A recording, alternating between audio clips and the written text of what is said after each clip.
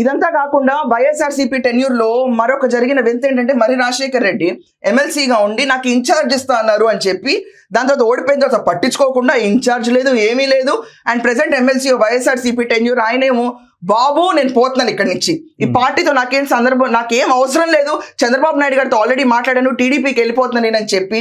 And ఇదంతా వెళ్తున్నప్పుడు ఎవరు ఆపను కూడా ఆపట్లేదంట. అది విచిత్రం ఇతని పరిస్థితిలో. అంటే పార్టీకి ఎంత నిర్లక్ష్యం ధోరణి ఉందంటే ఆల్రెడీ ఓడిపోయి కూర్చున్నా కూడా మనం వెళ్ళిపోయి ఎమ్మెల్సీని ఆపడానికి ప్రయత్నాలు కూడా చేయరు.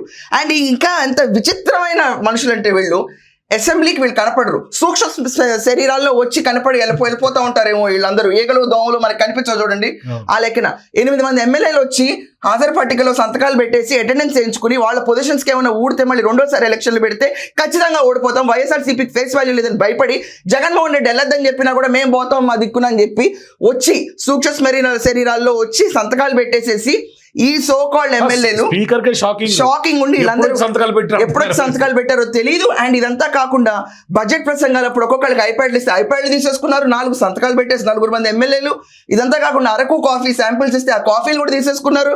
ఇదంతా కాకుండా అలా ప్రశ్నలు 4-5 ప్రశ్నలు పేపర్ మీద రాసేసి పడేసి ప్రతిస్పందన లేకుండా స్పందన ఏంటో తెలియజేయండి, మా ప్రతిస్పందన మేము యూట్యూబ్లో పెట్టుకుంటాము లేకపోతే మీడియాలో చెప్పుకుంటాం అని చెప్పి పోయారు వాళ్ళు. ఏ రకంగా చూడాలండి వీళ్ళందరినీ?